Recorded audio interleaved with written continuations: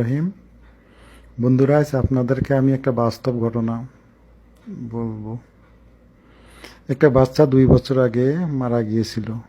মারা যাওয়ার পর তার বাবা তাকে কবরস্থানে দাফন করেছিল।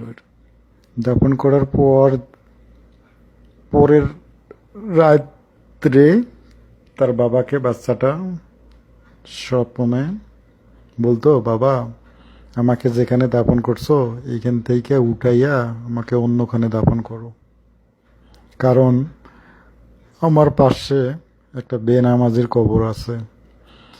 বেনামাজির কবরটাতে প্রতিদিন রাত তার আযাব হয়।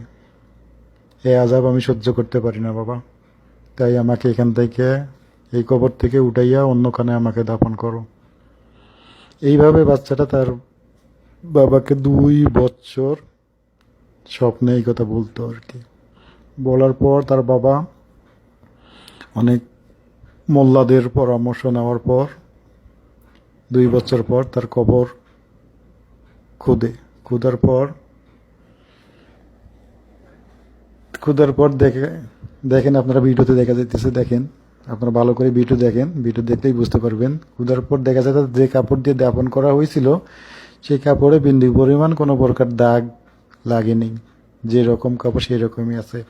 আর দেখেন আপনারা ভিডিওতে ভালো করে দেখেন, তার চেহারা যেভাবে 2 বছর আগে মারা গিয়েছিল তার চেয়ে নূরের চেহারা হয়েছে, তার চেয়ে আগের চেয়ে অনেক নূর তার। দেখেন তাই আপনার ভিডিওতে তার চেহারা দিয়ে নূর বের হইতেছে। দেখেন সুবহানাল্লাহ, আল্লাহ, দেখেন আলহামদুলিল্লাহ। তার ভিডিও থেকে দেখেন আপনারা, তার চেহারা দিয়ে নূর বের হইতেছে। এইরকম বাচ্চা তাই ভাই, নামাজ নামাজ ছাড়া বাঁচার পথ নেই ভাই। আপনারা সবাই 5 ওয়াক্ত নামাজ পড়বেন, ওকে ভাই। আর এই বাচ্চা দেখেন, এই বাচ্চা তার বাবার হাত ধরে তার বাবাকে বেহেশতে নিয়ে যাবে না?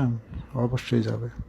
তার জন্য সবাই দোয়া করবেন এবং ভিডিওটিতে সবাই শেয়ার করবেন, শেয়ার করে সবাইকে দেখার সুযোগ করে দিবেন। ওকে।